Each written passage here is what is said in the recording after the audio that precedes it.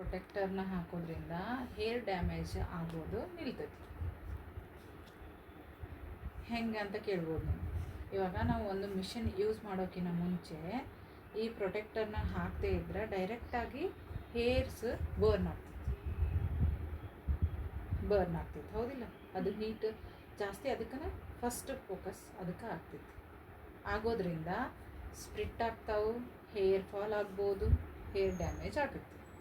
ಅದಕ್ಕೋಸ್ಕರ ಅದಕ್ಕಿಂತ before heat protector ಇದನ್ನು ಹಾಕೋದ್ರಿಂದ ನಿಮ್ದು ಹೇರ್ಸು ಸೇಫಾಗಿರ್ತಾವೆ ಮತ್ತು ಯಾವುದೇ ಡ್ಯಾಮೇಜಸ್ ಆಗೋಂಗಿಲ್ಲ.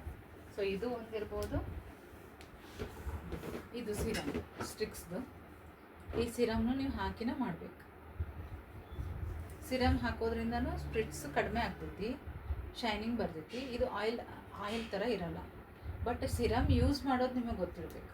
ಇದನ್ನು ಸ್ಕ್ಯಾಲ್ಪಿಗೆ ಅಪ್ಲೈ ಮಾಡಬಾರ್ದು, ಸ್ಕ್ಯಾಲ್ಪಿಗೆ ಹಚ್ಚಬಾರ್ದು. ಇದನ್ನು ಹಚ್ಚೋದ್ರಿಂದ ಹೇರ್ ಫಾಲ್ ಆಗುತ್ತೆ.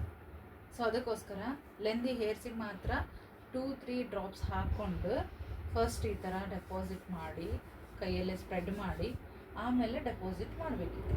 ಲೆಂದಿ ಹೇರ್ಸಿಗೆ ಮಾಡಿ ಸ್ಕ್ಯಾಲ್ಪಿಗೆ ಟಚ್ ಆಗಬಾರ್ದು. ಓಕೆ, ಅದರಿಂದ ನಿಮ್ಮದು ಹೇರ್ಸ್ ಸೇಫಾಗೂ ಇರ್ತೈತಿ, ವಿತ್ ಸ್ಪ್ಲಿಟ್ನೂ ಆಗಲ್ಲ, ಸ್ಮೂತಾಗೂ ಕಾಣಿಸ್ತೈತಿ, ಆಯಿಲ್ ಥರನೂ ಅನಿಸಲ್ಲ.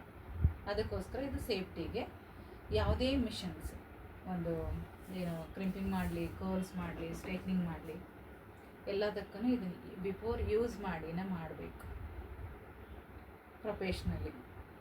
ಓಕೆ, ಪ್ರೊಫೆಷ್ನಲಿ ಆಗಿರ್ಬೋದು. ನೀವು ಮನೆಯಲ್ಲೇ ಯಾರಾದರೂ ಅಕಸ್ಮಾತ್ ನೀವು ಮಿಷನ್ಸ್ ಯೂಸ್ ಮಾಡ್ಕೊಳ್ಳೋರು ಇದ್ರಿ ಅಂತಂದ್ರೆ, ಓಕೆ, ಯೂಸ್ ಮಾಡ್ಕೊಳ್ಳೋರು